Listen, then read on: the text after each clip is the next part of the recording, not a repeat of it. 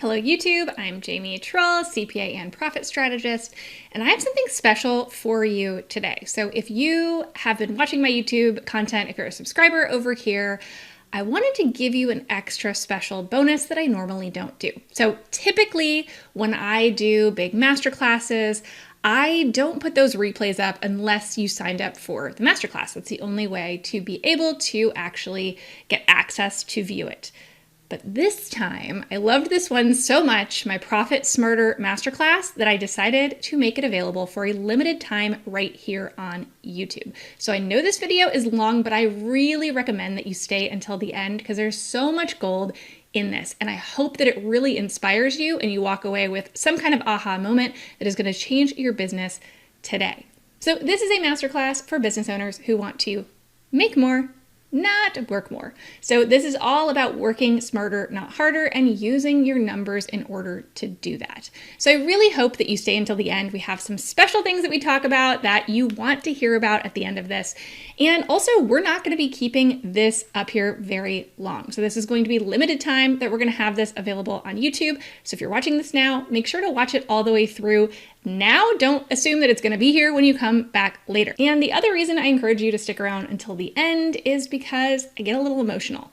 And if you want to know why, you have to watch to the end. I appreciate you all so much for watching my content here and subscribing to this channel. So enjoy this bonus encore for a limited time. This is my Profit Smarter Masterclass. I'm so pumped to have you here for the Profit Smarter Masterclass. So this is a masterclass. We're going to be talking about how to make more but not work more, which I think is really the goal for all of us, right? I think that's really what we all want at the end of the day. So I applaud you for taking the time to spend with me here this morning, and sorry for the slight delay in getting started. So we got it going now and we're ready to rock and roll. So I'm gonna go ahead and get started.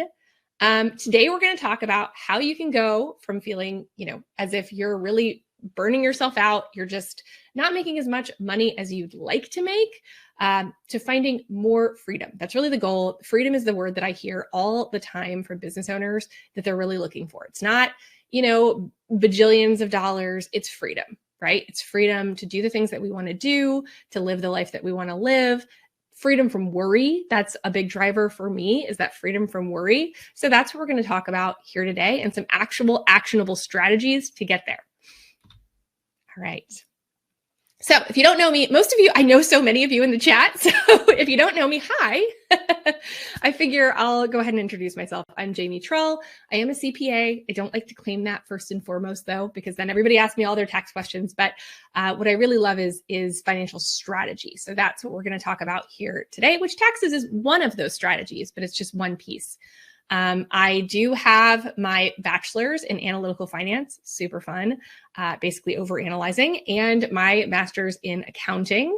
I am generally just a huge numbers nerd. I worked in corporate for a long time for the Coca-Cola system. So y'all have probably heard of Coca-Cola.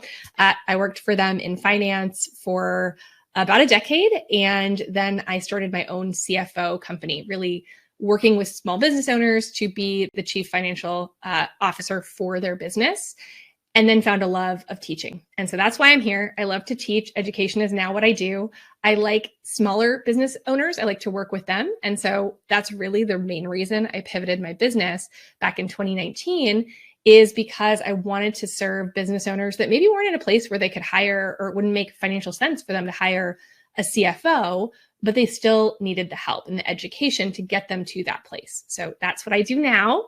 And now I'm a financial literacy coach and a profit strategist for small business owners specifically. So business finances are my thing. It's what I love to talk about, and it's what we're going to talk about here today. Okay, so a couple reasons you might be here. I'll go through these kind of quick. There's a lot of different reasons you might be here. Maybe you're just here to support me, in which case, thank you. But if you are here, there's probably, it probably falls into one of these main reasons. You love what you do, but you're tired of hustling all year. I hear this one all the time, where it's like, hey, I started my business because I love it, but now I just feel like it's draining all of my energy and all of my time, and I don't want to feel like that about my business anymore. Or maybe it's reason number two, you feel like you're kind of winging it. A lot of people tell me, They just feel like they're maybe missing something. They don't know what they don't know when it comes to finances, and you want to be a little bit more strategic and intentional. Again, that's why you're here. It's a great reason to be here. Or maybe you just are ready. You're like, you know what? I'm tired of feeling overworked and underpaid in my business. And I want to feel like I am making the money that I deserve for the amount of work and effort that I put into this. So give me in the chat, because this is just a good kind of way for me to see how y'all are feeling today. Number one, number two, number three, which of these resonates the most with you, would you say? Or maybe none of them. You feel free to write your own if there's another reason.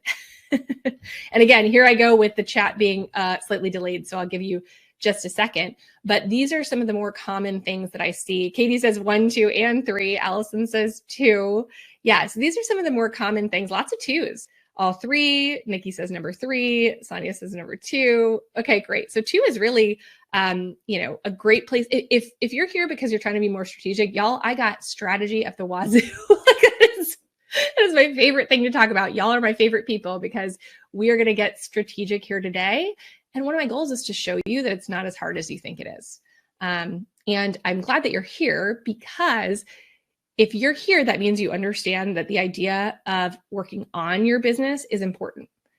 And so often, one of the biggest mistakes we can make in business is to get sucked into our business such that we can't ever take that step back. So I want you to spend this next hour or so, maybe hour and a little bit, kind of taking that step back to say like, okay, I'm going to take this bigger picture of my business. I'm going to get out of the weeds, and I'm going to work on my business. This is where I'm going to put on my CFO hat. For those of you who have been into my programs, you maybe know about our CFO hat, which I do have, by the way, in case you're curious. This is my actual CFO hat. Let's put on our CFO hats. I'm not going to do it because it's going to wreck my hair, but I love to put on my actual CFO hat. And that just basically means we're going to focus on our finances. We're going to focus on the big picture. And I hope that you walk away with at least one kind of decision you make today or aha moment that you have during this that allows you to change or tweak something in your business, right? So I want this to be really actionable. And I want you to come away saying like, oh, I had this idea while sitting here, right? Maybe not all of these strategies are right for you, but maybe one is, and you're going to walk away with that one that is, and it could make a huge difference. And I'm going to show you actual math for how it can make a huge difference. So yes, we're doing a little bit of math today, y'all, just to warn you. I hope you've had your coffee. If not, go run and grab it while I go through this slide. So where we're going to talk about what a profit lever is. What is a profit lever? What exactly do I mean when I talk about profit levers? Because that's what this presentation is really about, different profit levers you can utilize in your business to be more strategic. The easy formula for profit, again, we're going to use some math, but it's easy math. I promise. It's like math my 11-year-old could absolutely do. Although maybe I'll say my 8-year-old, because my 11-year-old's kind of a math genius. I'll be honest. It's math my 8-year-old could do. My 11-year-old can do math I can't do. So I gotta give that caveat. And then we're going to talk about the 5 core strategies. A lot of talk about strategies today to find hidden money in your business, and how small tweaks can equal big returns. This is not about having to make these huge, massive overhauls. You absolutely can, but you don't have to, right? It doesn't have to be overwhelming. Small tweaks, we're going to show you in real math and real numbers how that can add up and make a huge difference. So hopefully that gets you motivated, where it doesn't have to be reinventing the wheel. We're not talking about coming out of here and changing up your whole entire business. It's a few little things that can add up and use the power of, compounding and the power of numbers and math to help you get on the side of math, because it can absolutely help you make more money. And then we're going to talk about how profit can actually fuel positive change. Purpose and profit do not have to be opposites of one another. Right? I think sometimes we see them as somewhat opposing, like which is more important? They're both important. Profit helps you realize the purpose of your business and the purpose of your life. It allows you to hire people, right? Profit can make a sustainable business that can change the lives of many. If you don't run a profitable business, you're probably not going to stay around for very long. And then how are you going to actually achieve your real purpose? So I get on my soapbox a little bit about this, but we'll talk about how you can be part of that movement as well. And then we're going to do a live Q&A, because I love to do a live Q&A. So if you want to stick around and ask some questions, if you're here live, definitely make sure to check out the live Q&A at the end. Okay. So what is a profit lever? You may be asking. So that's a great question. A profit lever, it's basically just a different way of saying strategies that are specifically aimed at increasing the overall profitability of a business. Okay, so we're going to talk about what these are exactly, but just know that we're really just, it's a fancy word for a strategy to increase your profit. And this has become my new mantra, like the whole idea of working smarter, not harder. That is where data and numbers can come in. And these math formulas allow you to tweak things and then allow that to work for you, allow the money to work for you, allow the math to work for you, right? We are so used to hustling for what we make. But what if we could tap into these strategies that would allow us to actually work smarter, not harder? We're hard workers already, y'all. Like, we're never going to be sitting around, entrepreneurs, we're never just going to be like sitting around eating bonbons on the couch. I don't even know what a bonbon is, but it reminds me of any Married with Children fans. Like, that's like the image that I have in my head is Peg Bundy with her bonbons on the couch. That ain't us. Like, it's never going to be us. But we don't have to kill ourselves, right, for our results. We can use the power of numbers and math and profit levers to work smarter, not harder. This is like the name of my game these days. So I want you to actually picture, and this is why I put a picture in here of actual levers, right? These are actual levers. They're like on a wall. You're in a control room. You are in control. That's part of what I like about the imagery of a lever, right? You are in control as the business owner. It's not just like things happening to you, right? Sometimes it feels like, sure, there are things we're reacting to economically and, you know, in our businesses, right? But we have a lot more control than we like to, not necessarily that we like to think, but then we often think, right? We often think that, you know, we're just at kind of the mercy of our client base or the economy or whatever, when really we are in control. We're standing in that. We have the ability to react to those things, right?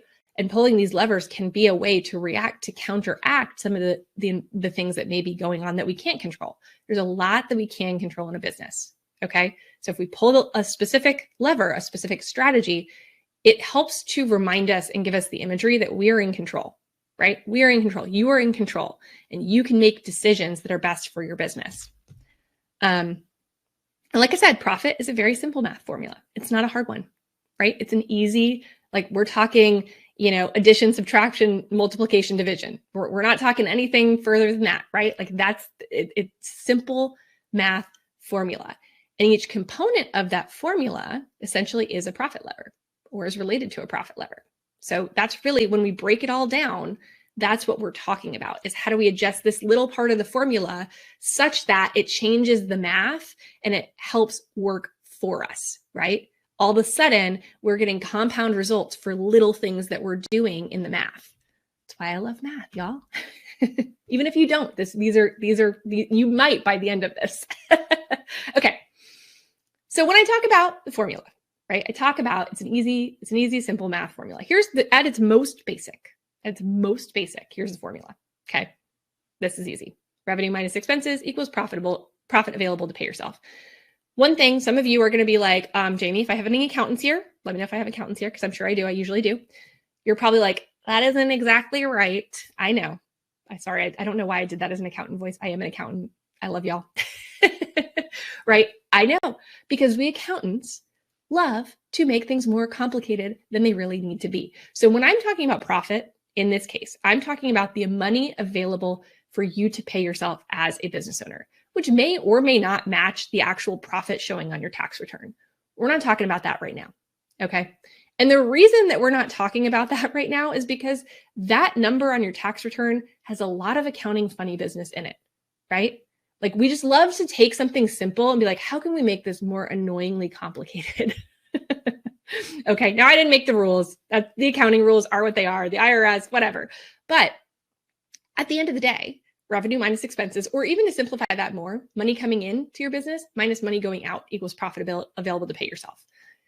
If that's different from what's on your financial statements, it's because we accountants love to make it difficult. We add things like depreciation in, right? Which we're like, what is going on there? Bree's here and she says, perfect impression, right? Like, I don't know. I guess that's the accounting voice. We're both accountants, so we can say that. But ultimately, like, we ignore the accounting funny business for now. When you are being your own CFO, like, that's your accountant's job, not your CFO's job. And that there's a difference. Your accountant's handling compliance. Your accountant is doing your taxes, right? Maybe they're doing some strategy as well. But, when you're being your own CFO, you're looking at the bigger picture. You are looking at this. How much money came in? How much money went out, right? Leslie says a nerdy voice should always be used for us accountants. I don't know. It just instinctively came to me. I'm not sure why. Okay. So profit, if we're looking at this formula, now it becomes pretty, if I said, how do you increase your profit? Well, we bring in more money, i.e. increase our revenue, or we spend less, i.e. decrease our expenses. What if I was like, okay, that's it, guys. Have a good day. That's the presentation. We're done now. Hope you enjoyed it. Just do these, bring in more money and spend less. All right, the end. No, it's not the end of the presentation, but it does kind of boil down to this, but there's more components to it that we're going to talk about it. And really it's about bringing in more. Okay, how do we bring in more, but not hustle for it, right? And how do we spend less, but not shoot ourselves in the foot? I am very much, if you follow me at all, I am not a, cut all of your costs type of person. That can absolutely be counterintuitive. This is not like personal budgeting, right? It's not like personal budgeting where you're like, okay, I need to get my budget down as low as I possibly can.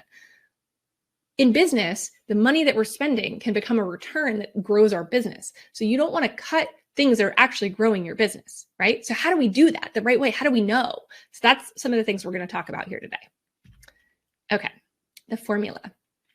Profit equals. Okay, so now we're going to break it down a little bit more than what we had before, than just that revenue minus expenses. Let's take that formula and break it down even more. And it's still a very easy formula.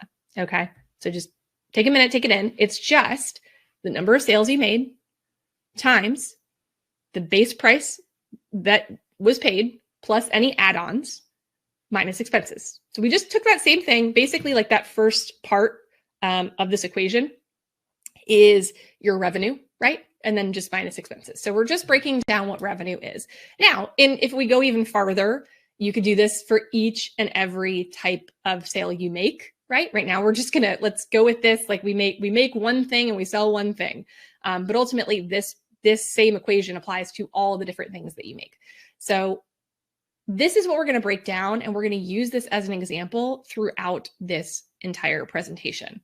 And I'll keep bringing it up. And the reason for that is these are examples of profit levers, right? So here's how I want you to think of a profit lever. It's just it's a component of the equation. So when we pull a profit lever, right, it's tweaking a component of the equation. So number of sales, that's volume. That's profit lever 1. We'll talk about that. Then we've got our order of operations. Let's remember what a parentheses means. It means we got to add those together before we multiply, right? So we're taking our base price, which is going to be what I talk about in our price profit lever 2.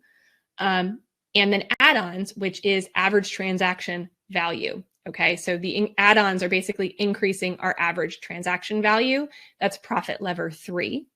And then we're going to subtract expenses. We have both direct and indirect. We'll talk about how those differ here in a little bit, but that's profit lever 4 and 5.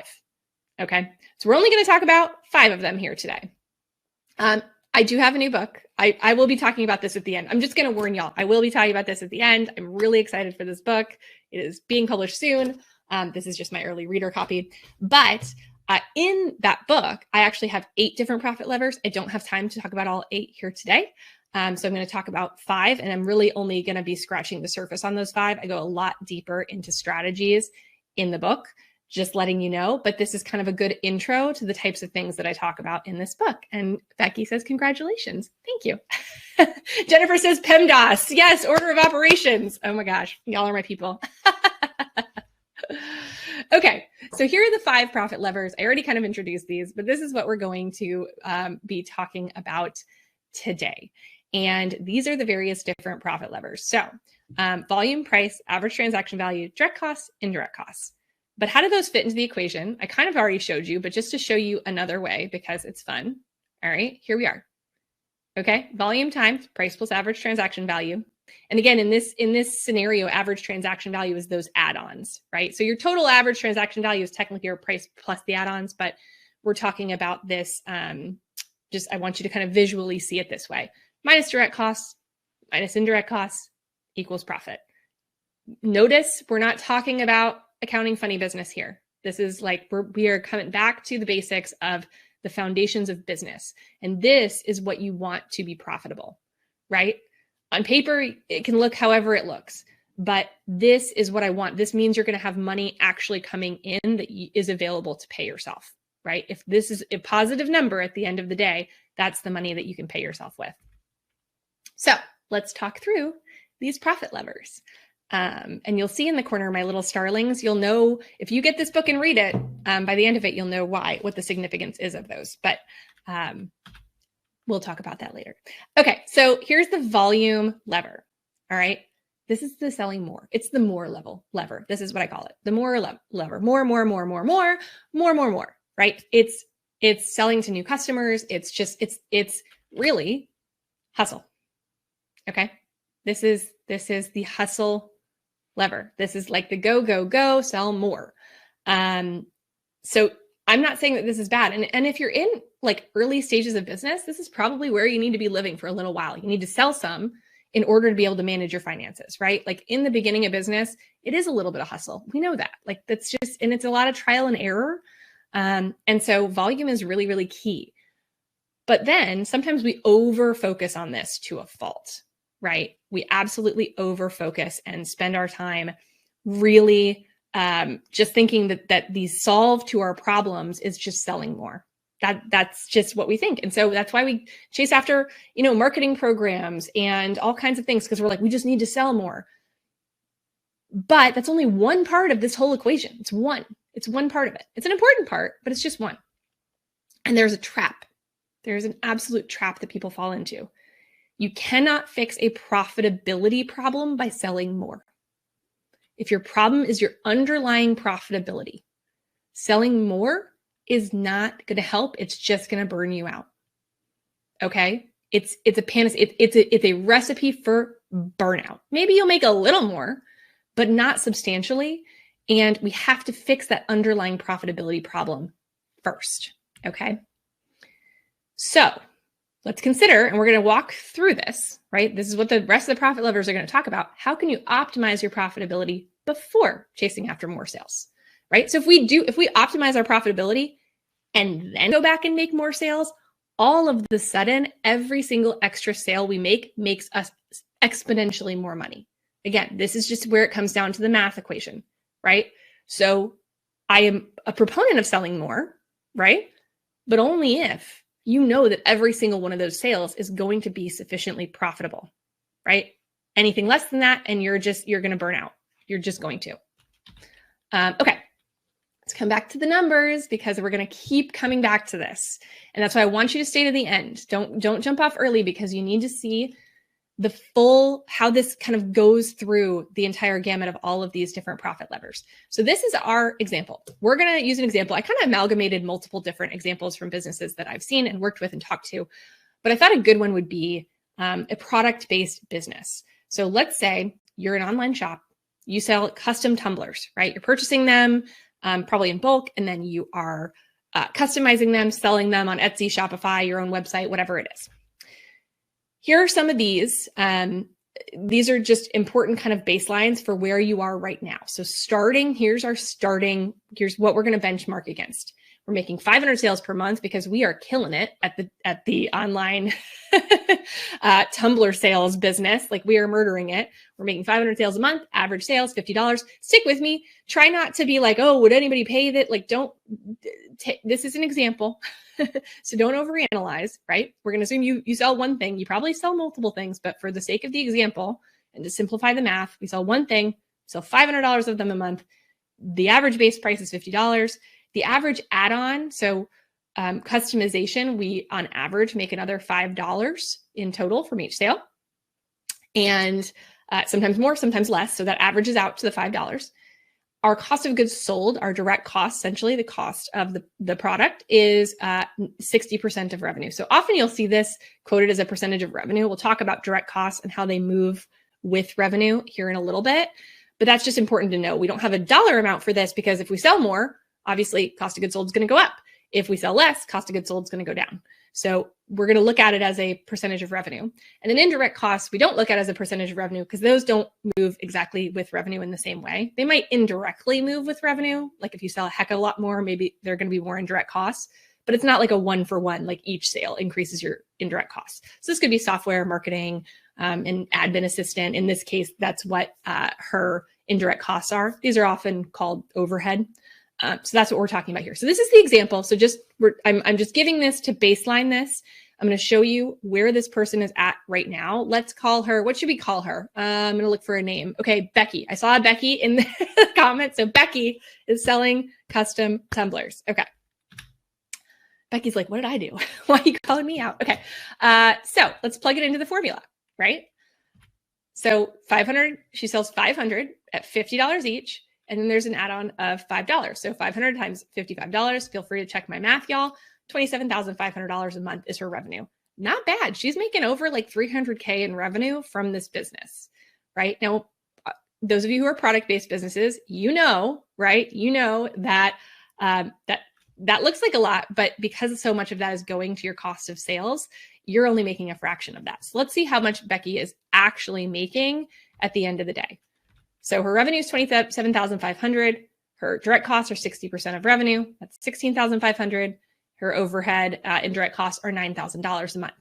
So her total profit per month is only $2,000, right? That's a 7% profit margin. That's not great. That means 7 cents on every dollar she makes is what's actually available for her to pay herself. Okay. And none of these numbers yet include her pay. So that is fully what's available for her to pay herself. So that's $24,000 a year that she could pay herself, even though she's bringing in over $300,000 in revenue. We got to fix this problem, right? She could sell more. She could. Let's see what happens if she just sells more. Okay. That's one way. And this is typically what you would see. What Becky would do first, typically, is probably what most people would do first. Let's figure out how to sell more, right? So in this case, let's say she sells more. She sells another 50. So she's really busting. She's hitting the pavement. She's probably increasing her costs as well, her indirect costs as well through marketing or whatever she's doing. We're going to ignore that for now and pretend like her costs are going to stay stable. But in reality, it's probably costing her more to sell more. So this is probably a little bit of a rosy picture, but she is selling 50 more, but everything else stays the same. What does that mean? Now her revenue is $30,250 a month. That's pretty good. 10% increase in revenue. Makes sense because she increased her sales by 10%. That means an increase in revenue by 10%. But then we come here and we work it out. And if she's still at that 60% of revenue for her costs, right? Because she hasn't changed anything related to her profit or anything like that, her costs have now gone up. So that's going to eat into some of it. And we're just going to assume for simplicity that her indirect costs stayed the same. They probably didn't. They probably went up to help her get those extra sales. But let's just assume, let's make it easy and assume that they didn't. So her total profit's now $3,100 per month. She's now gone up from a 7% profit margin to a 10% profit margin. Okay, so stick with me. That's a 3% profit margin increase. That's not bad. We can continue to chase that for a long time. These little incremental, like, okay, I got 3% more. But I want y'all to do a heck of a lot better than a 3% increase in profit margins. Okay. We can do a lot better than that. And I'm going to show you how to do that with the rest of these examples.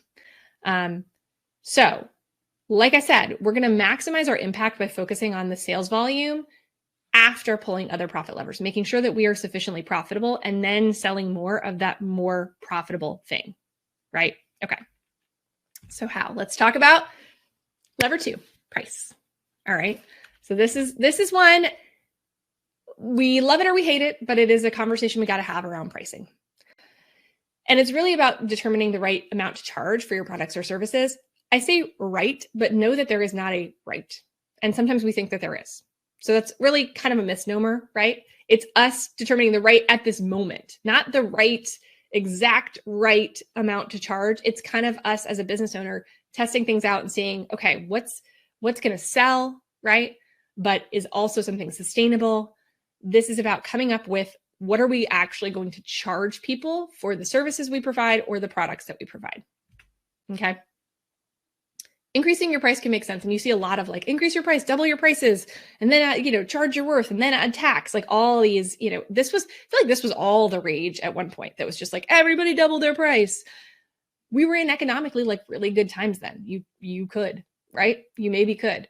But it depends on the type of business you're in. That may not always work for you to like just, across the board, double your prices.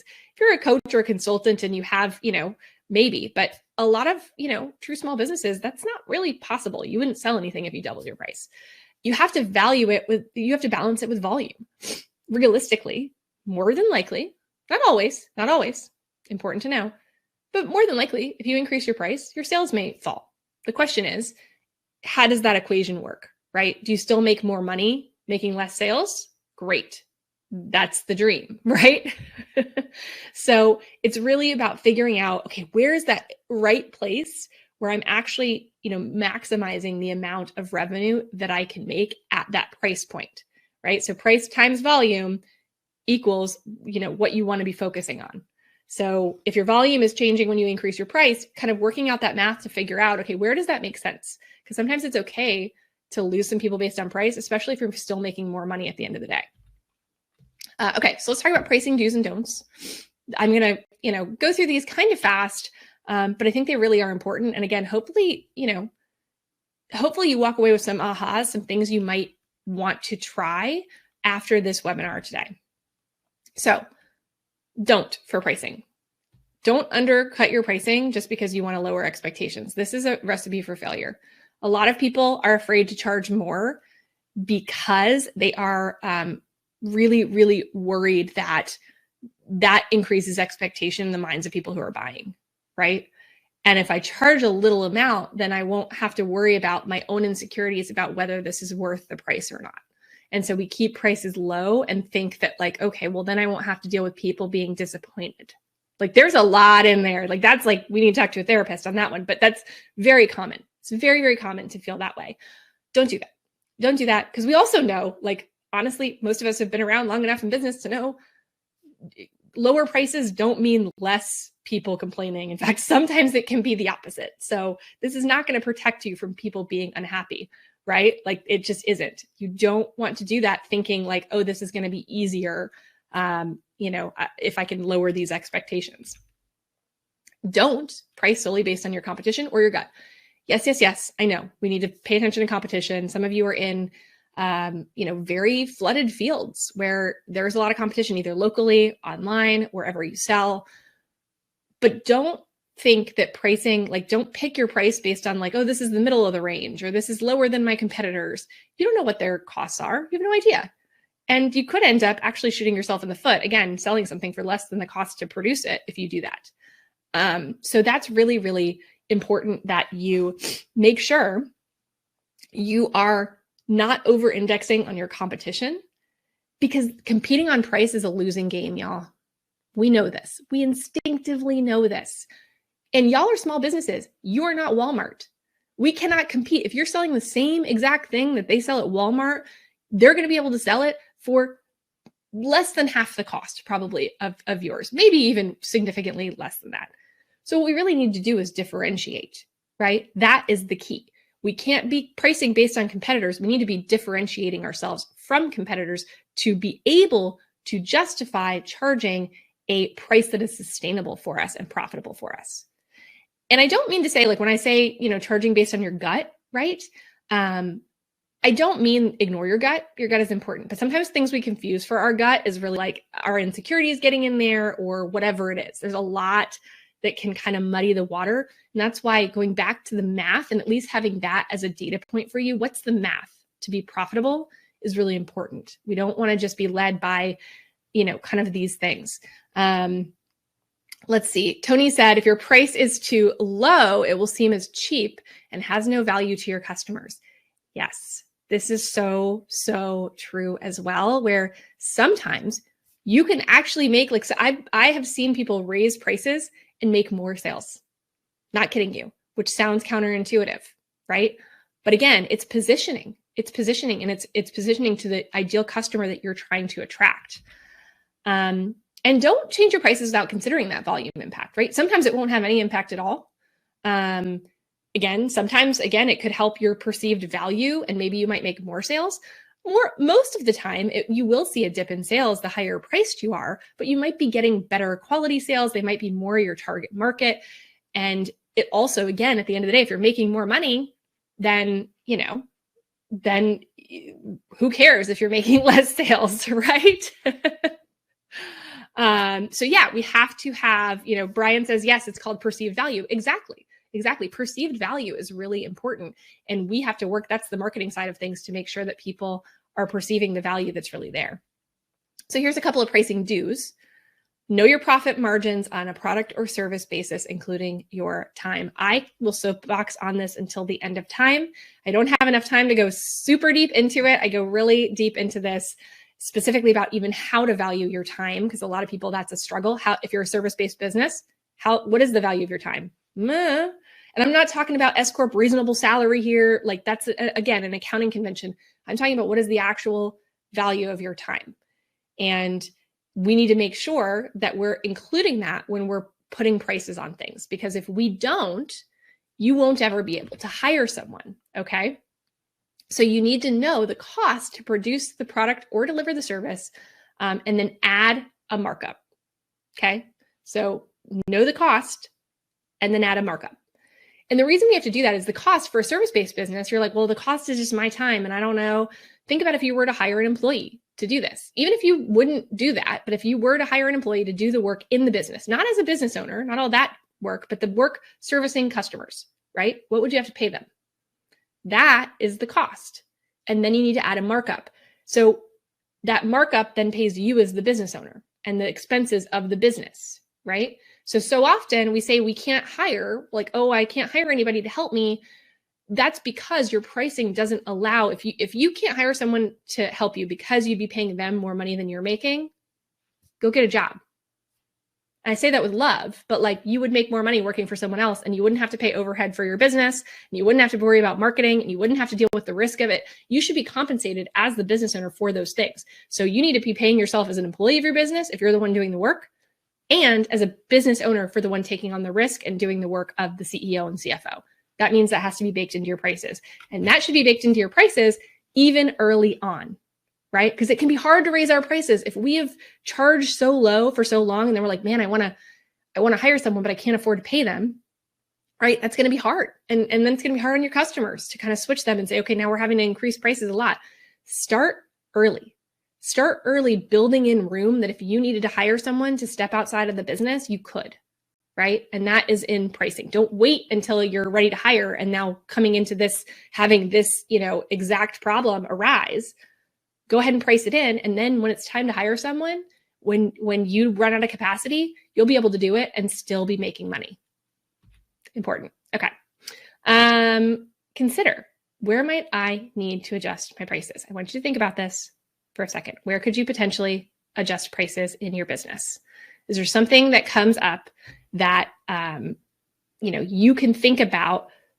This is it. There might be something already that came up as we were talking about this that, oftentimes we know if we're underpriced on something. We know it. It's there. We just don't want to do the work to then like have to deal with, okay, now I have to get my mindset shifted and now I'm afraid of what my customers are going to think and all of this stuff. But the first thing is I just want you to decide, yes, I need to make this change. And once you make that decision, then figure out what are the steps you're going to take. Are you going to first roll it out to new customers? That can be an easy way to do it, rather than, make sure to test it out, see if people will still buy it at that higher price. You don't have to do it all at once. You can. Some people choose to. But just think about if you need to adjust your prices. We've had, periods of inflation. Some small businesses have not adjusted their prices in years. The cost of things has gone up. The cost of labor has gone up. The cost of products have gone up, right? Everything has gone up. If you have not adjusted your prices in years, I want you to do it today. I want you to do it today. Something. Adjust it in some way today. Make that decision. Okay. So let's go back to our formula. I'm going to keep coming back here. So just stick with me. So before we were talking about volume. So we added 50 sales. But what if we had added those 50 sales after also increasing our base price, right? What if we increased our base price and then added those 50 sales? What if that base price went up by 10%? We did the math. We decided that that's the best thing to do is add 10%. We noticed we didn't double our prices. We didn't say, okay, now those $50 tumblers are $100. We said they're $55. Okay. And right now the add-ons are the same. We'll get to that in the next profit lever. That brings total revenue to $33,000. And now we've increased by 20%, which again makes sense. We added 10% sales, 10% to our best price. That's a 20% revenue increase. Okay. So I'm not going to go through the rest of this. I'll show you how this all adds up, as we get to the end. So that's great. We're getting there, but I want to go higher. Okay. Lever 3, average transaction value. Okay. So this is kind of a component again of price. Price is a component, I guess, of average transaction value, but so are add-ons, and these small add-ons to existing sales can add up, and they can add up a lot. And it may just be a small amount to each individual customer, but to us, receiving all of that can make a huge difference. So average transaction value, that's ATV. Here are some do's related to that. Add something that complements what they're already buying, right? Like if they're buying something and there's something that goes along with that, amazing, offer it, right? There's probably a million things that could help complement what they're already buying. It gives you have insights into the things that they want. What else could that same person that wants this thing A, what's a thing B that they could also want, right? Think about that. And not everyone needs to upgrade. We don't have to, it's not like, we're not trying to get 100% of people to upgrade. We're trying to get a percentage of people that are most interested in it to upgrade. And then that's more profit for you. It does not need to be every single person. Okay. And then you want to demonstrate the value of it to make it a no-brainer, right? We want to make sure that we are doing that work to market it well, such that it's like, oh, okay, yeah, that's great. I'm going to add that too. Here's some don'ts, because some of you are like, oh God, upsells, add-ons, like I have no interest in them. And that's because your experience with them in some cases may have been people doing it the wrong way. All right. So I don't want you to do it the wrong way. Don't upsell something that isn't aligned with the original thing they're buying, because it's not going to make any sense, right? It needs to make some sense. You know what I mean? So that's really, really key. A grocery store is like, okay, you're in here, you're buying food, you're buying different things. Here's some magazines and some gum. Let's see they're not selling shoes, right? There's not like an aisle of shoes right before you check out, because that doesn't make any sense, right? So make sure that it's something that is aligned with the things they're already purchasing. Then make sure that the add-on isn't something that they need in order to get full value of the thing they already purchased. And this is a mistake I see a lot of people make. And I want to talk to the airline industry here for a minute, because those airlines that charge you for a carry-on bag, who is getting on a flight without a carry-on or a checked bag? Who's getting on a flight with no baggage? It's ridiculous that you would pay for a flight and then have to also pay to bring a purse. Like, that is just insane to me. So that's where it annoys people, right? And it can be unexpected. And you're like, well, in order for me to get the value of this flight, I now have to upgrade. I'm at the airport. I have a bag, maybe I did or didn't know. And now I have to pay to just bring this bag on. I can't get full value of what I paid for without it. Don't do that. It's going to annoy people. It's going to drive them insane. And similarly, my airline industries do this too. Don't annoy people with endless upsells or surprise fees. Tony says, don't get me started on the airlines right now.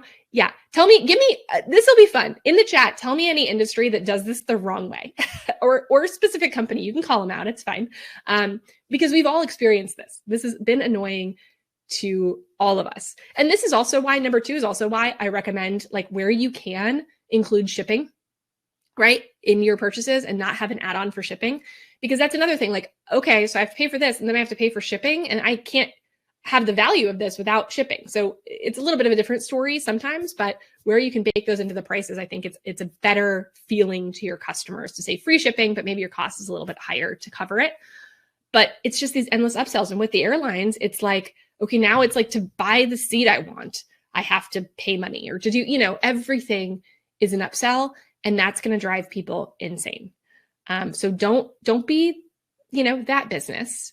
Don't do it the wrong way, but there are lots of right ways that you can do it that make people want to buy from you. Rebecca says cell phones. Oh my gosh, that is so true. My cell phone bill is insane. Jennifer says, I see this a lot with website designers. Yeah, right? It's like, okay, you'll have your website, but in order for it to actually function, here are these other add-ons you need. It's like, well, shouldn't that be part of the package? Like, I don't want half of the, it's like a photographer.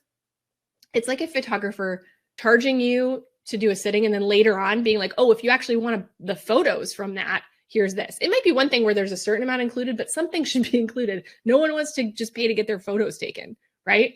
Like that should be included in the base price, whatever it is, a certain amount. And if they want more, that's where the add-on comes in. But like, make sure that they can get full value with just the main package and then offer additional things that they can use.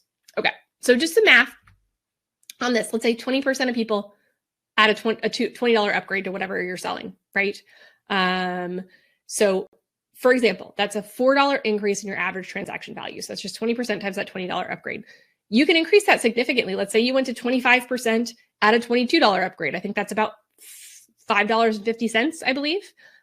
Y'all can check me on that increase in your average transaction value. So again, it's a factor of percentage of customers who opt for it times the price. So either way, if you want to increase your average transaction value, you can do it by getting more customers to opt into the add-on. That can be a marketing thing. That's just focusing on really trying to sell it. If you have employees, incentivizing them to sell these upgrades, right?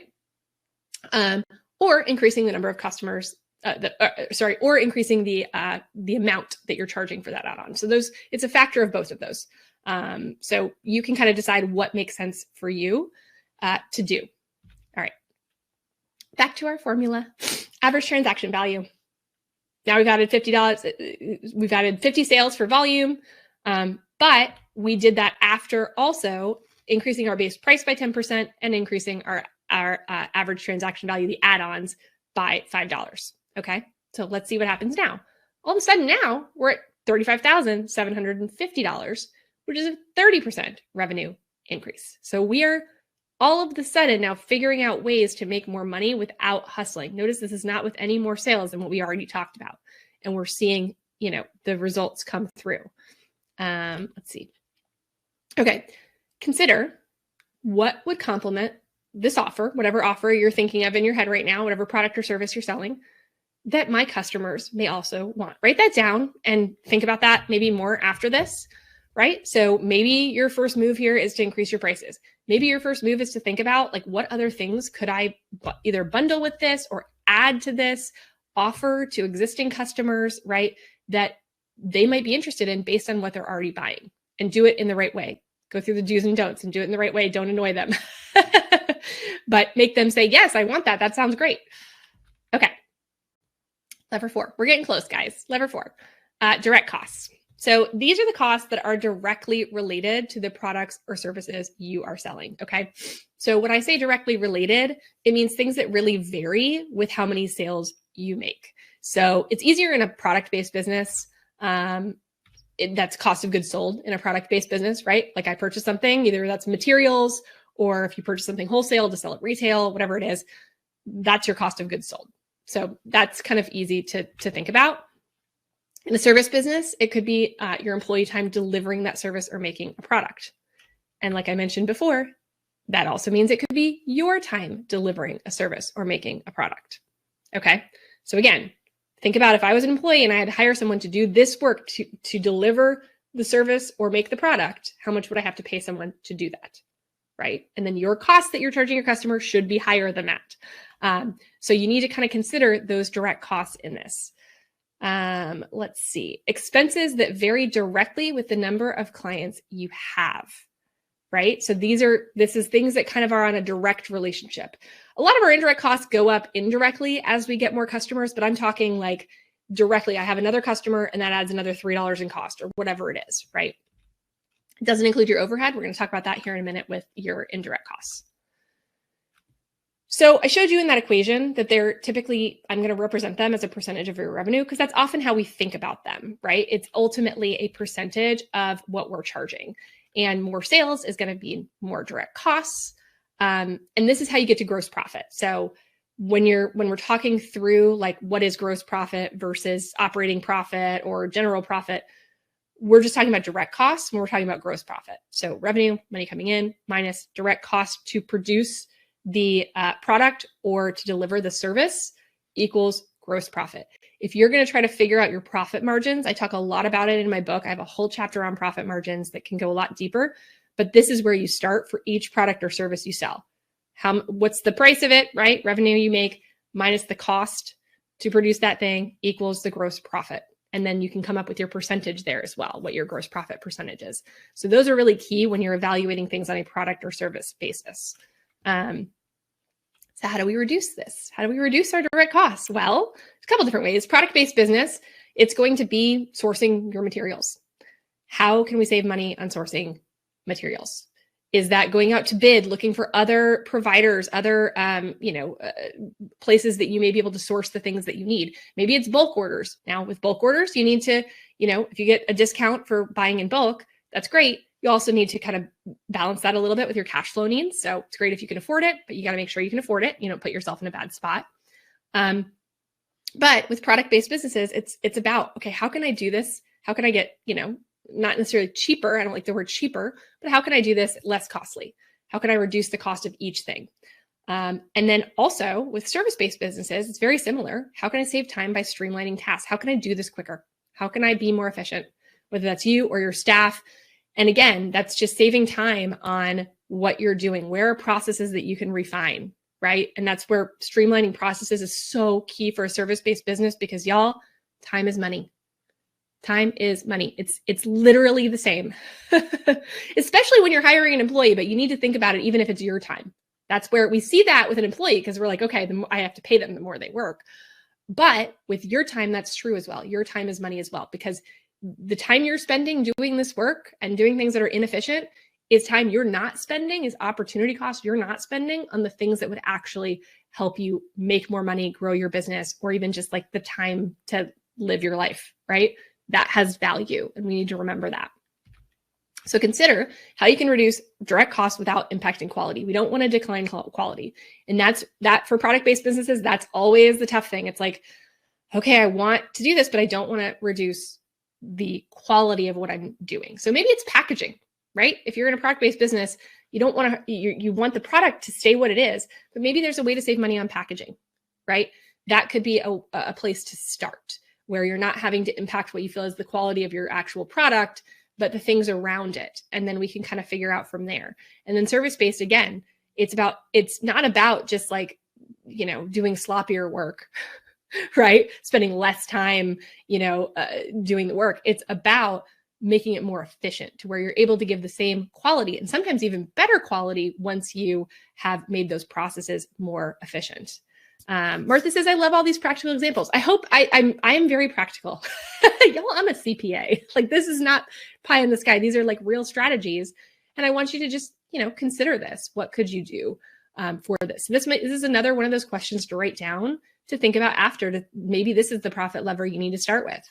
Maybe your costs have gotten higher and higher over time, and it's time to really get serious about reducing them. Okay, so let's say we're going back to our formula. Right? We've got our extra revenue. Our revenue's gone up by a lot. Our starting revenue, if you remember, was $27,500. We're now at $35,750 with those first 3 tweaks that we did to those first 3 profit levers, which were volume, price, and average transaction value. Okay. Now we're going to decrease cost of goods sold. And instead of them being 60% of revenue, we're going to get them to 50% of revenue. Now, simply the act of increasing your prices is going to do some of this work for you, by the way. Simply the act of increasing your prices, right? If your costs stay the same, means that you're going to have a lower percentage of your revenue that's going to your direct costs. And then if you couple that with also going out and figuring out how to fix inefficiencies, and how to maybe source your product for a little bit cheaper, right? This is what we're talking about here. So let's say we decline it to 10% to 50% of revenue. All of a sudden now our profit margins are expanding, right? Our overall profit margins are expanding, and reducing direct costs will increase profit margins on each and every sale you make. That's why it's so important to do before we start hustling for more money, right? Like more sales. we need to make sure that we're sufficiently profitable on each and every sale, because otherwise we're just working ourselves into the ground. Let's use the math to our advantage. Let's make sure we're maximizing, optimizing this first. Okay. Last lever for today.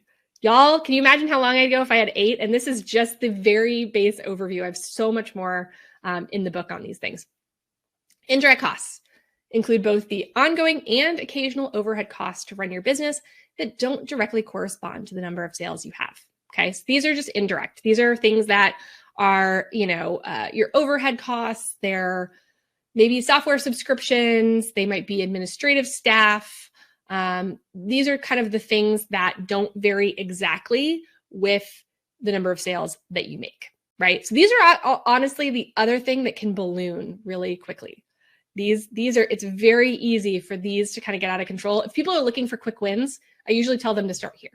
If you want a quick win, go look through your expenses for the last 90 days. And I bet you can find off the top of your head some to very quickly say, oh, I haven't even used that subscription in a year or whatever it is, right? So your goal is to reduce expenses that don't have returns. So any of those money leaks, those are things that you're spending money, but you're not getting a return on it, right? It's just going out the door and it's not a necessary expense. So why are we doing it, right? So let's reduce those. And then when you're sufficiently profitable after doing that, you should have more money to then use to increase investments that you expect to provide a return. So the short-term way, right? We're going to reduce expenses in the short term. In the long term, we're going to use that increase in profit to reinvest back into our business for things that are actually going to grow it. If you know me, I'm not a person who's like, slash everything. We need to be running on, crazy lean, right? Like, no, you grow your business. One of the ways to grow your business, a fuel for your business, is spending money. There are 2 fuels for your business, your money and your time. Those are the 2 things you can invest in your business, right? In the beginning, it's mostly your time because you probably have more of that than you have money. But once you have some money, that's when we need to be using that money to fuel our business. But it needs to be on something that's actually going to grow our business, not just money we're spending that's out the door. And that takes a lot of intentionality and paying attention to our numbers, right? Okay. Let's see. I love this. Oh my gosh, Sally. I love all the people in here. This is so amazing. You guys are so great. Sally says, for those of you who are new here, I can't stress enough how much you shouldn't get in the weeds with these numbers. Yes, I'm a to the penny person and I'm always getting stuck in the weeds. Take a broader look. I say all the time, it doesn't have to be perfect to be useful. When you're your own CFO, like your accountant can get down to the penny. Great. Okay. Have fun with that. That's even probably more granular than they need to be. But for you need to have the bigger picture in mind. That's why I'm simplifying this down to a formula, right? You need to have the bigger picture in mind. It's not about cutting all expenses. It's about reducing the right expenses. I just saw Jackie just said, just identified 7 money leaks to cancel today. Y'all, we've been on this webinar for like an hour and Jackie has already, probably within the last like 5 minutes, identified money leaks that she can cancel, which is amazing. So that, again, if you're looking for a quick win today, just do that. When you get off of this, just spend, 20 minutes looking through the last 90 days of expenses and making a list of what you need to cancel. Even if you don't spend the time canceling it yet, you can do that tomorrow, but just do that. And I love this. I love this so much. David said, when will your book be released? Oh, give me just a second, David. We're almost there. Okay. That's some very blatant foreshadowing. Okay. Reducing indirect costs. What do we do? Where do we start? Subscriptions. That's probably where Jackie started, I would imagine. Those subscriptions, even if they're small, you're paying for them every single month. And everybody's gone subscription-based these days. Like it's the thing to do. So if there's subscriptions, maybe a free trial rolled off and you didn't even realize it. I'm guilty of that, by the way. It's a good time to go and just slash some things. Maybe you can pause some subscriptions. If you're not sure you're using them, pause them, see if anything goes wrong, and then restart it if it does. But that's usually a really good place to start, are those recurring things that often we don't spend time on because we're like, oh, they're small. But again, collectively, that adds up. And similarly, collectively, when we cut them, that adds up. And where are you spending your money that isn't providing a return? So just think about the things you're spending. If that money you're spending is saving you a significant amount of time or money, then keep spending it. Don't cut it. I don't want you to. It's gonna come back to bite you. I once cut my Calendly And then I ended up having to like go back and forth with people for a million years about calendar, availability. And I'm like, man, I probably should have just kept that $12 a month expense, because it was well worth the time I saved. So I love this. All right. Consider, where could you cut, reduce expenses that aren't providing a clear return on investment? So again, this might be the profit lever you start with, indirect costs. This is the low-hanging fruit. You find yourself some low-hanging fruit, cut it today. Like that will be the win. It will be time well served if you do that like Jackie just did. Amazing. Okay. Formula. Let's go back. Now we're at the end. So we get to actually see how this all comes together, y'all. So if you've been wondering, remember this person we're going to go back and show you where they were before. And then we're going to show you after these tweaks. And these are not huge tweaks, right? Let's say in this case, we're decreasing overhead by 10%. Jackie probably just did that in the last, or she's close in the last, few minutes. So this is not hard to do. It really isn't. You can find, start with 2% if you want to, but you can probably find 10% to cut. And if you can't, it might be time to find some things to invest in, because you might be a little bit stingy with your money, and it might be time to actually go find some proactive investments to help you grow your business. But that's a whole nother talk. I will not soapbox on that right now. So let's say you did this, right? So now we've got our extra revenue. We increased our revenue with the first 3 profit levers. And then the second 2 profit levers, we've decreased our expenses, right? So revenue minus expenses, revenue was up by 30%. And now we're putting expenses down. Now our total monthly profit is $9,775. Do y'all remember what it was before? 2,000? Yeah. Mm-hmm. Yeah. 27% profit margin now, from 7% to 27%. A little bit better, right? So let's go back to the before. Here's where we were. Just to recap, we were at $2,000 before profit margin per month, profit per month, 7% profit margin. Now we're at 27%, $9,775. Y'all, it's a 389% increase in your dollar profit. Hang on. Wait, what? We didn't do anything crazy. None of these examples were double your prices. All of these were small tweaks, little tiny tweaks that we did, right? Like to little things throughout this equation. We used the math for us. And then we went and sold more. After we did all this, we said, okay, now I'm going to go sell some more. And this is what we ended up with, right? Remember how just selling more, how much profit margin did that give us? 3% extra profit margin? Woohoo. All right. This is better, and a 389% increase in profit. Again, it's going to vary. Your situation is going to vary based on, your prices. You're going to put in all your information, but this is what's possible. And so I want you to see that it doesn't have to be, it's hiding, it's hidden. The profit is there. It's hiding in plain sight, and we need to just go find it. And we start by pulling each of these profit levers, right? Pick one. It doesn't even matter which one. Pick one that resonated most with you today. There's probably one of these. Maybe it's pricing, right? Maybe you want to do some add-ons. Maybe it's, your direct costs have gone up and you need to go through and figure out how to get those down. Maybe your indirect costs have ballooned and you need to figure out what to cut, right? Start somewhere. And then, continue along. And then all of a sudden you've optimized, and it's crazy the mathematical effect of that. And that's what I just want to prove. Math, this is why math is fun. Math is how you work smarter, not harder, right? Using your numbers is how you do that. It's not all about hustling for more sales. Goodness gracious. Okay. Who wants to give me? Feel free to put in here. What are the 5 profit levers? I just talked about them. So I'll go ahead and put them out here. But go ahead and put in the chat. What are these 5 profit levers that we just talked about here today? Tell me actually which one you're going to start with first. I want to hear which one you're going to start with first. Here's what they are. Volume, price, average transaction value, indirect costs, direct costs. Which one are you going to start with, and what are you going to do today? That's what I want to know from you. And then I'm going to finish up here in just a minute. Let me take a sip of my water while I wait for your responses. Okay, Becky says, add on. Becky! Becky's going to add on for her custom tumblers. I'm curious what your business is, Becky. Allison says indirect costs. Joy says price. Jennifer says price. Bevan says indirect costs, add-ons price, indirect costs. Quinn says indirect costs immediately. I love it. Okay, this is so amazing. So I want to hear your stories after you do this. I'm telling you. David says price and ATV. I love this. Direct cost, Mike says, great. Becky said, in a fun coincidence, I did indirect costs this morning. You're crushing it as your own CFO. I'm loving this. Leslie says direct costs and her time. Yes, because that is a direct cost, y'all. I love it. Okay. So like I said, this was kind of an abridged version of what I talk about in my new book that's coming up. So if you want to find more profit, if you want more strategies, I mean, this is literally just one section of the book is on the profit levers. It is coming out. You asked when it's coming out. It is officially, the published date is October 21st. Okay. It is available now for pre-order.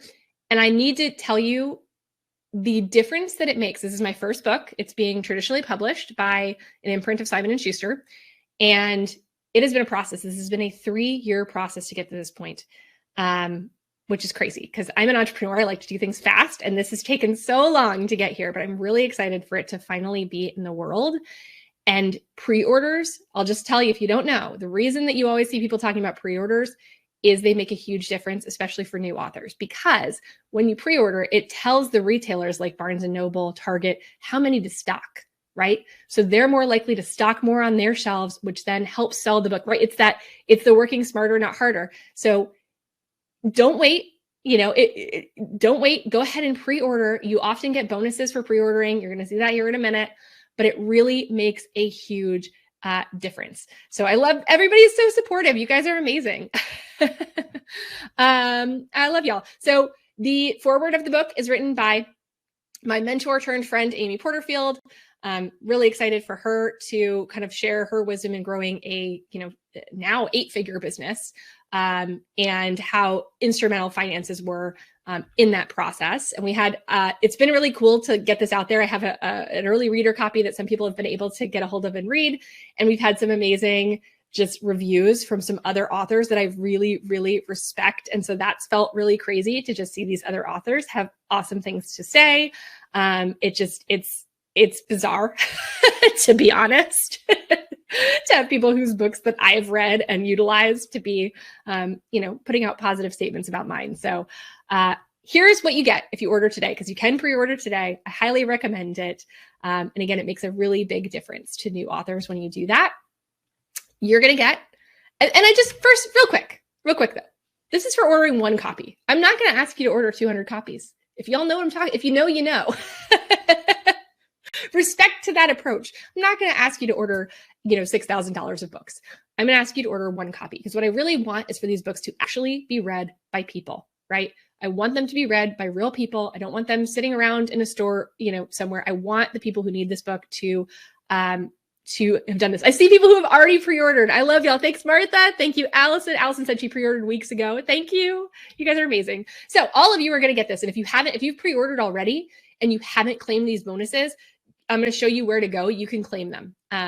So definitely go claim them. Bonus number 1 is our companion workbook. I actually had written a lot of this. There were parts of this that I wrote as I wrote the book. And we were going to have kind of these sections that were, where you could fill out some things and make it actionable inside the book. And my editor said, nope, it's too much. We're going to pull it out. So we decided to make a companion workbook. So you're going to get a PDF workbook chapter by chapter to help you action things, because I'm really big on actually action. I don't want you to just read it. I want you to action the things. Guy knows who I'm talking about. 200 books. Did anybody buy 200 books?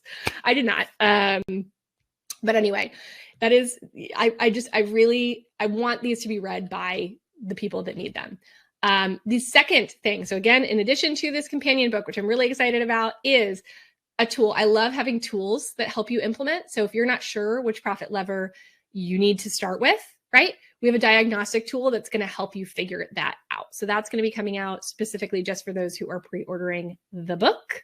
And then the other thing, and this is actually the one I'm most excited about, is we're doing a 90-minute CFO year-end reset. So this is going to be about planning. It's a virtual planning workshop where we're going to get together and we're going to plan our year ahead, and we're going to plan the best year ever. And this is going to be an interactive workshop it's not actually only available to people. It will be available for purchase at $197 if you want to purchase a ticket. A book is significantly less than that. So you probably just want to buy the book. So definitely make sure to do that. If you want to buy the ticket for $197, go ahead. But I highly recommend just buying the book. And so all of that together is worth over $300 just for pre-ordering the book. And the book is $29. So, I think it's worth it. So jamietrull.com/book. That's where you can go right now. My team will put it up on screen too, so you can go and order. Again, it makes such a huge difference to pre-order. I'm going to walk you through the steps here to actually do this pre-order. But here's how you're going to unlock those bonuses. So you're first going to go and pre-order your book. You can go to that website, jamietrull.com/book, and you can order it. And you're going to be able to get it from whatever retailer. The cool thing is, even like Target and Walmart, they don't pick up all books, and they picked up mine, which is amazing. So it's available anywhere you want to buy a book, wherever you normally do. I'll give a special shout out to bookshop.org because they do, if you've never used bookshop.org, it's great. They actually, a percentage of the sales on bookshop.org go to independent retailers, small independent bookstores, and you can actually designate where you want your money to go. Now, the books you do have to pay shipping on bookshop.org. That's the only bad thing, but oftentimes, and I think actually right now they have a discount on my book, so it makes up for it. So bookshop.org, I just wanted to give a special kind of shout out to that, but wherever you want, buy it. And yes, it is on Audible. It is on Kindle. It's all the places that you would normally buy your books. Okay. Then when you're going to be on that page, and to get your bonuses, you're just going to need to go fill out this information. It's just your name, email, and the order number. Okay. And the quantity of books that you purchased as well, and where you purchased it. And then you're going to be able to get your bonuses. They're not available quite yet, but they will be by around the time the book comes out. They will be available. We will deliver them to your email address. That's why we ask for that. And that's how you're going to claim them. So we can't send them to you. We don't know you bought the book unless you come and tell us. And we do ask you to put your order number in just to verify that you did actually purchase the book. Bree says bookshop.org is the best. They support other small business owners. Yes, I love it. I try to support them where I can. And then keep an eye on your email. You're going to be the first to get bonus materials when they arrive, and you'll be the first to get your copy of Hidden Profit. So definitely go pre-order. Again, I'm asking just one book. This is, what's funny about this is that a lot of what's in this book is what has been in some of my programs that I've charged thousands of dollars for. And now a lot of that is in this $29 book, right? It's just all put together. And it's actually a few different programs put together in this book. Hopefully in a not very, in a very easily digestible way and not an overwhelming way. I like to make things interesting. You've probably gotten kind of a vibe for me. I'm not your normal accountant. So I try to make it a little bit fun throughout as well, so that it's not a dry read. So here are some smart ways to pre-order. Okay. Again, go pre-order wherever you normally buy books, but you might have credits. I didn't even realize I literally went and pre-ordered my book on Audible because I had like 10 credits on Audible to use.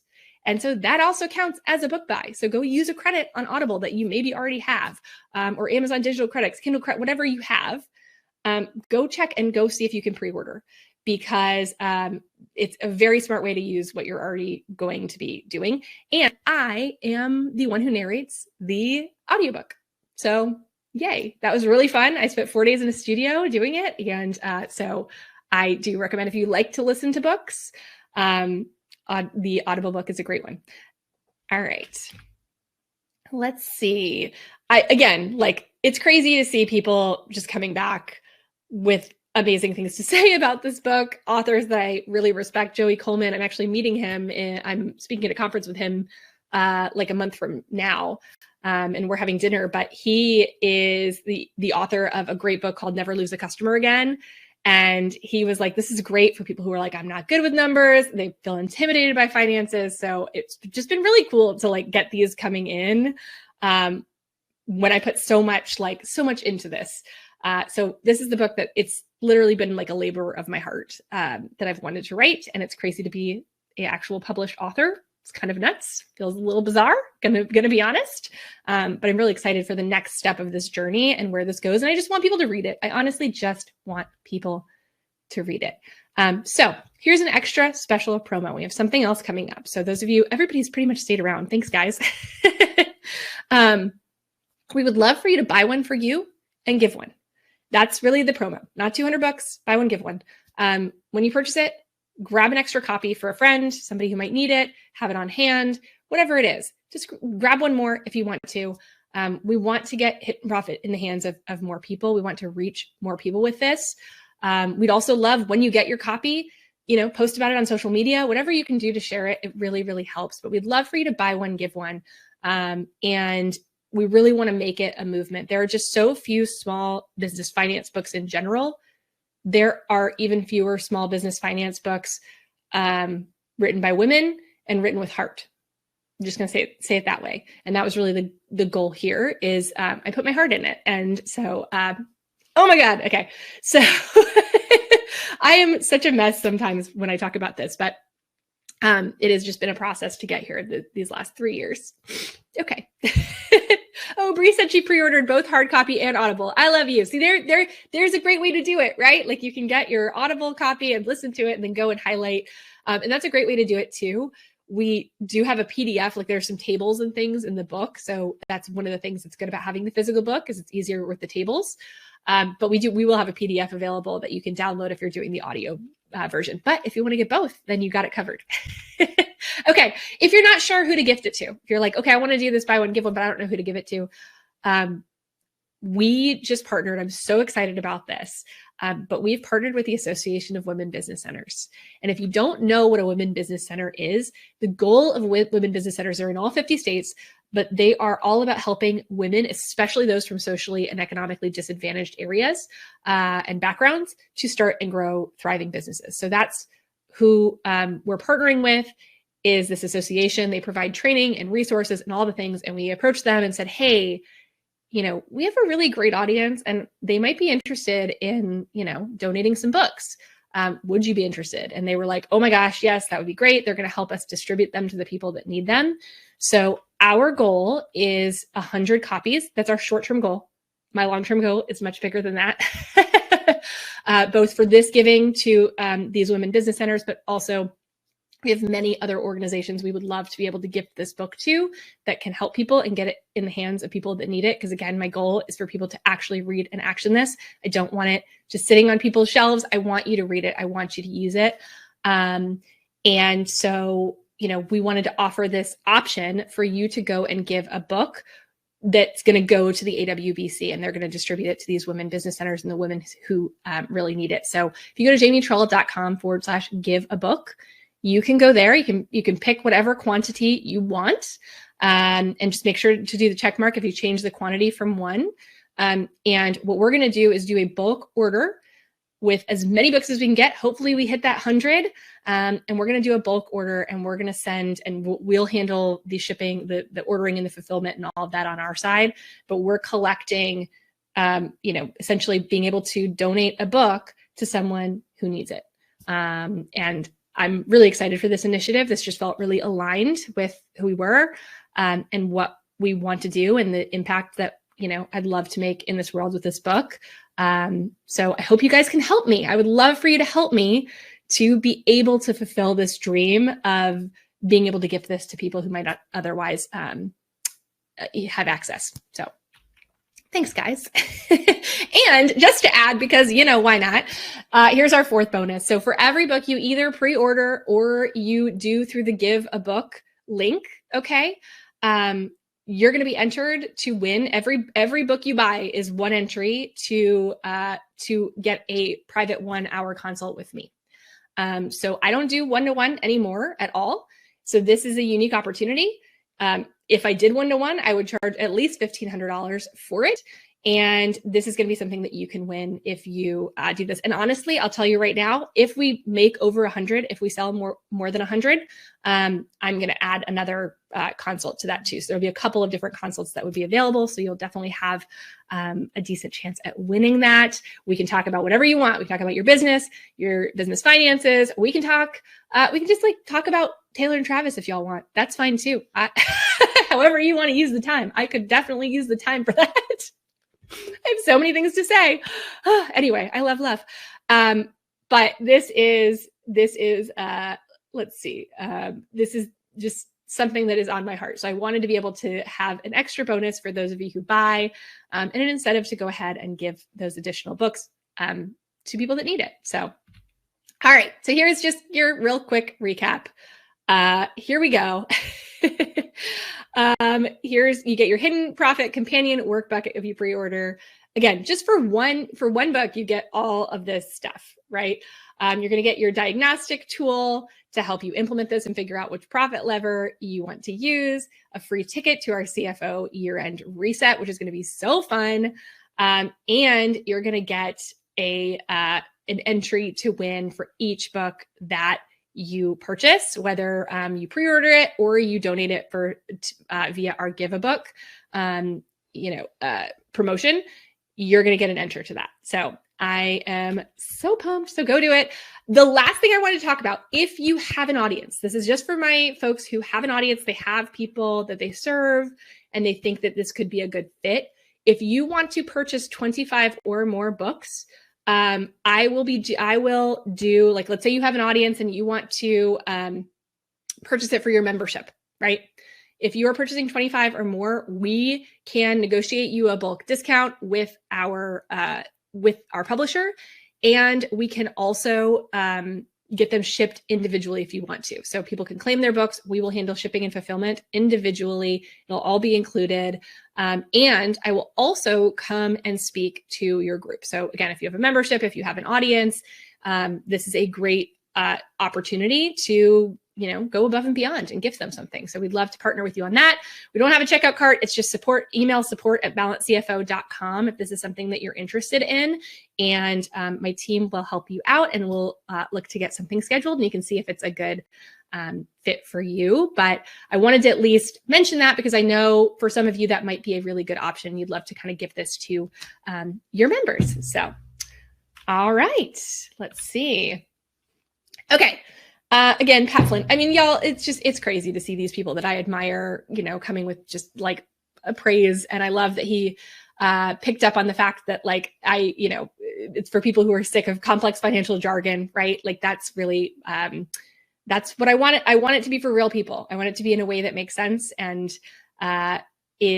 helps you understand your finances, and then also strategically make more profit, and then also use that profit to do good things in the world. Right? We talk about that. The whole fourth part of this book is my favorite parts, where I talk about the starlings and what they actually mean. So that's a teaser. You got to get to the end to find out. But that's really the purpose of writing this book for me, was to get to that point where I could talk about the positive things that we can do together as business owners, and the impact and the power in numbers that we have together. So I think right now we need community. Community is the most important thing. And so I would love for you guys to be a part of this community, this movement that I'm trying to make with Hidden Profit. It's not just about each individual business, but it's about our collective and what we can do. We live in a difficult time. We always wonder what we can do. And I think that, this is one way to come together and utilize our extra profit to then make the world better, to give back to our communities, to give back in any way that we can. Makes a really big difference. Okay. Thank you guys. I didn't know I was going to get like this.